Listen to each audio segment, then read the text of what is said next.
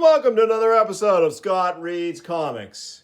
Today I'm going to be covering Who's Who in the DC Universe, issue 25, published in 1987 by DC Comics. And we've got a great wraparound cover here showing the characters covered in this issue. And our list tells us that we're going to get characters from Unknown Soldier through Witch Boy. So we're drawing ever closer to the end of this first volume of Who's Who in the DC Universe. Really nice cover here. Let me quickly check. It's a Kevin Maguire, Dick Giordano cover. So this is our first taste of Kevin Maguire as a Who's Who cover artist. Pretty great. Of course, prominent is Vigilante. Some other notables, of course, Vixen, the Warlord, the White Witch from the Legion, Valda, the Iron Maiden, the Weasel, one of my favorite one-time Suicide Squad members from the ill-fated Doom Patrol Suicide Squad special. Fun story that I need to cover on the show at some point. We have Warp, there's Witch Boy, the Wildcats, and we'll get right into it. Lots of cool stuff in here.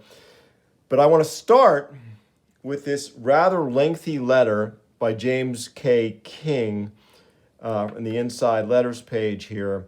And I'm not going to read the whole thing, but it really gets at a lot of the passion that the Crisis on Infinite Earths, which recently ended as of the publication of this book, the passion that it stirred in the loyal DC readership. The effects of the Crisis on Infinite Earths were even more far-reaching than I had first imagined. Many of my most cherished childhood memories have simply vanished. A vast chunk of my life is missing, stolen. I refer, of course, to your decision to exclude from Who's Who number 22 the Superman of Earth 1, more properly designated as Superman 2. It would have been a clearer method to designate Superman 1, 2, and 3. It is simply a cop-out to argue, as you do, that to include Superman 2, his fortress, etc., would cause confusion. Only those newest readers of Man of Steel might be mildly puzzled, but no more so than by Superman's 1's entry. What you have done is truly a disservice to your long-time readers, not to mention the writers and artists who worked on the character for the last 20 years or so.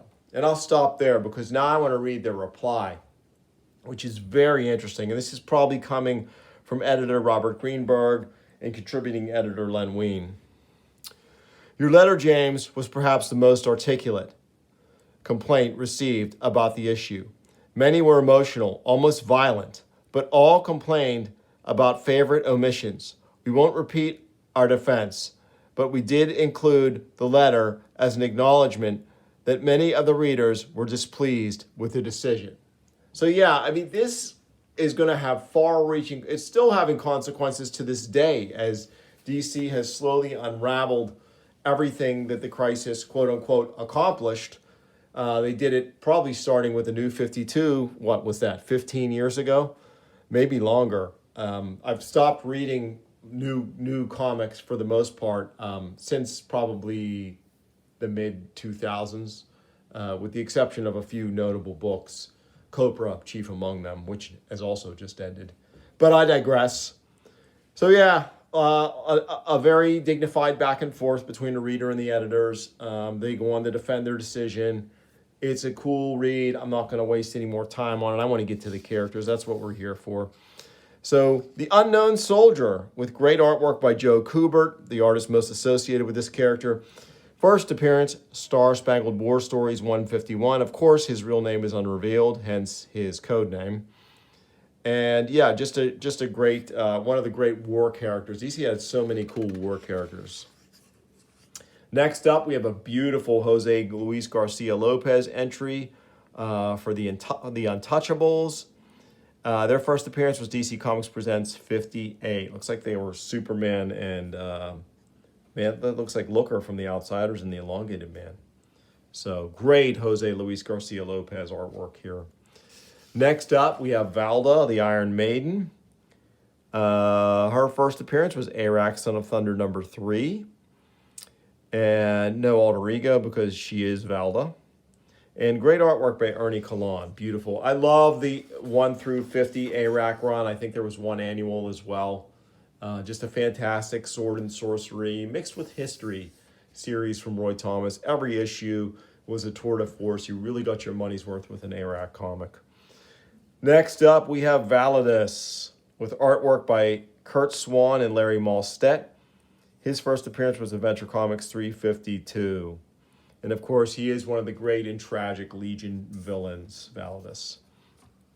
Next up, Vandal Savage was excellent. Dennis Cohen, Greg Brooks artwork. First appearance, Green Lantern, first series, number 10. So pretty storied DC character, a DC villain. One of those immortal characters who has a long time to hang around and plan his various exploits. Next up, the Vanquisher, with great artwork by Greg LaRocque and Greg Brooks. First appearance, Blue Devil number 12. Vanquisher 2 first appeared in Warlord 42. Next, we have Vartox, with artwork by Kurt Swan and Brett Breeding. We're getting a lot of cool Kurt Swan artwork in this issue. First appearance, Superman 281. And this guy's a real powerhouse, able to tangle with Superman. And he really given some Sean Connery vibes there in, what's that sci-fi movie? I can't think of it. I'll think of it in a moment. But yeah, that's an interesting costume there for Vartox. Next up, the Vegan System, with artwork by Todd Klein, longtime letterer Todd Klein. Really cool here. This is the galaxy or the system that the Omega Men are from. And when did the Vegan System first appear? Did they tell us here? No, they don't. But yeah, it's cool. The Titans saw some great action there in their first annual. Really cool with teaming up with the Omega Men to free Starfire. Next up, we have the Vigilante with awesome artwork by Gray Morrow. And this, of course, is our first Vigilante of the book. Alter Ego, Greg Sanders. First appearance, Action Comics 42. Really loved him in the Justice League animated series. And next up, we have a gorgeous 2-page spread on the Vigilante with art by Todd Smith and Rick Magyar. And Todd Smith sadly recently passed away. So I think he passed away right around the same time we lost Peter David. So rest in peace to both of those fabulous creators. But Todd Smith, what a great artist. Took over for Keith Giffen.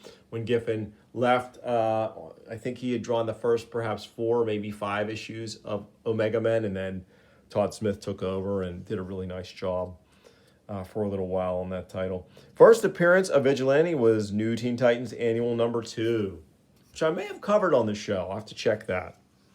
But yeah, really visually stunning. I don't think we've seen a 2-page entry like this before.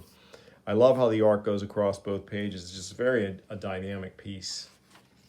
Oh, I should add that Adrian Chase is the alter ego of the Vigilante. Another great war character, the Viking Commando, with artwork by one of my favorite inkers, Carl Kessel, also an accomplished penciler. I think he currently does the Impossible Jones series, which is kind of cool. You should check it out. I did kickstart the digital version. His first appearance was All Out War number 1, alter ego Valeric. Next up, we have the Viking Prince, alter ego John. Artwork by Joe Kubert. First appearance, Brave and the Bold number 1. Really lovely Joe Kubert artwork here. Next up, we have Vermin Wunderbar. We have the first of many Jack Kirby entries in this issue. Jack Kirby inked by Steve Root. I love this combination. Vermin Wunderbar. First appearance, Mr. Miracle number 5. No alter ego. Next up, Vixen with great artwork by Luke McDonnell. I can spot his stuff a mile away. And Bob Smith.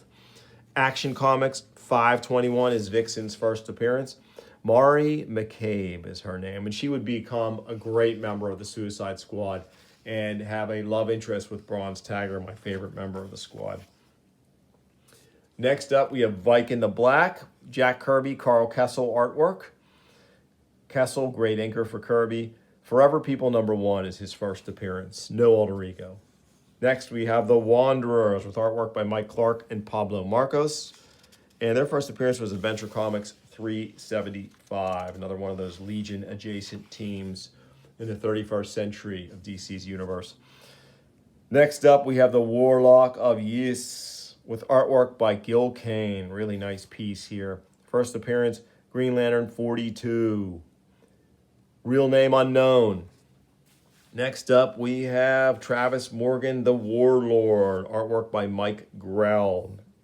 I believe Grell was the original creator of the Warlord. This piece is a bit rough, but it's still, you can see the Grell marks there. It's definitely all the hallmarks of Mike Grell's Warlord. Just not as tight as we might have liked to see it, I guess. Next up, the Warlords of Okara, again by Todd Smith, fittingly as he was an Omega Man artist. Really nice piece here. And their first appearance was Tales of the New Teen Titans miniseries number 4. That was the focus on Starfire, where you got to see her full origin. Next up, we have Zewarp, a French supervillain. Art by George Perez, I love it. And Emile LaSalle is his name, the teleporting mercenary. First appearance, New Teen Titans number 14. He was part of the new Brotherhood of Evil. Not the Brotherhood of Evil Mutants, that's a Marvel thing. These guys were just the Brotherhood of plain old evil. You didn't have to be a mutant to join, you just had to be evil. Next up is the War Wheel. What an awesome construction. First appearance, Black Hawk number 68. Great artwork here by Dan Spiegel. I love when we get to see a Dan Spiegel piece in these pages. Next, we have a piece on the Wayne Foundation with artwork by Terry Austin. First established Detective Comics 328. Pretty cool. Looks like a pretty cool nonprofit there, the Wayne Foundation. Here he is, folks, the one you've all been waiting for, the Weasel, with art by Joe Brzezowski and Dennis Janke. Alter ego, John Monroe. First appearance, Fury of Firestorm 38. Why did Firestorm, who was godly, has godlike powers, have some of the lamest villains? Because the Weasel was certainly not a villain that is worth Firestorm's power or time, but oh well. Next up, and folks, I was going to say this is our first Carmine Infantino entry because it's got that pose that we all know so well, but it's not. It's Murphy Anderson, and this is the Weather Wizard, Mark Martin. First appearance of the Weather Wizard was Flash 110. Here he is, conjuring a storm from the end of his wand, the Weather Wizard. Great entry here. This character, the Whip. Awesome Mike Gustovich art. This might be the first Mike Gustovich I've come across in this whole series. Correct me if I'm wrong. Maybe he inked something earlier, but man, I love Mike Gustovich's artwork. Just very underrated. Flash Comics number 1 is his first appearance.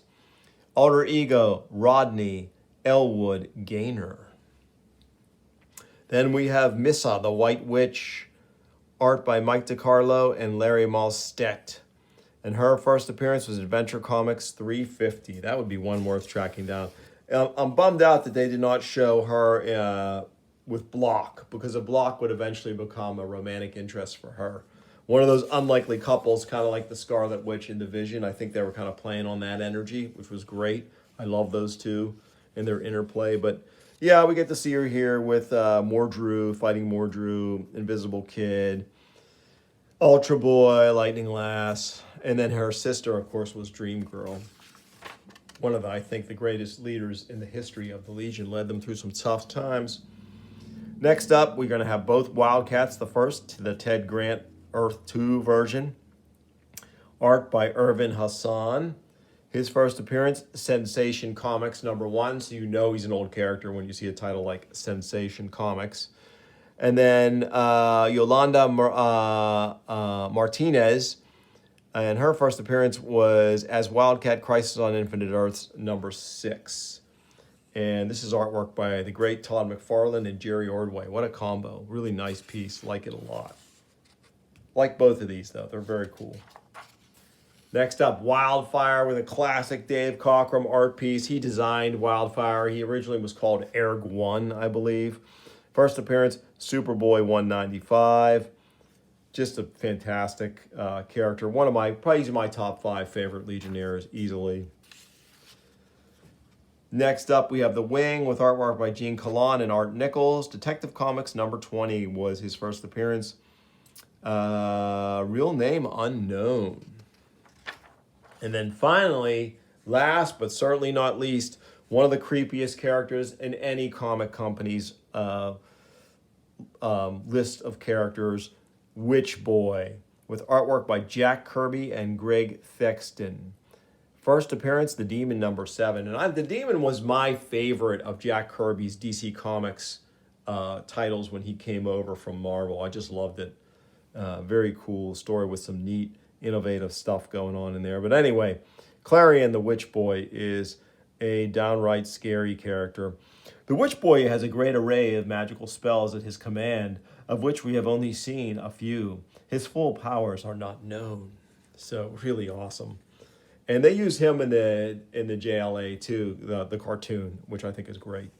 And we have our inside back cover. Very cool to see some of the titles that these characters appear in around the time of publication of this issue of Who's Who. So there it is, folks.